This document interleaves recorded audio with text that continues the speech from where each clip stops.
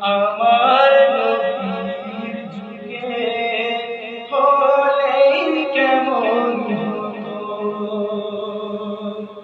আশিক দেশে হাজরাতে বিলালের মধুর আযান, আশিক দেশে হাজরাতে বিলালের মধুর আযান, যে আযানে ছিল এমন প্রেম মুগ্ধ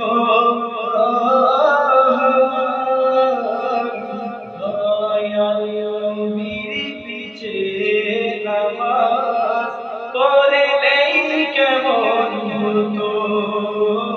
সুবহানাল্লাহ, সুবহানাল্লাহ।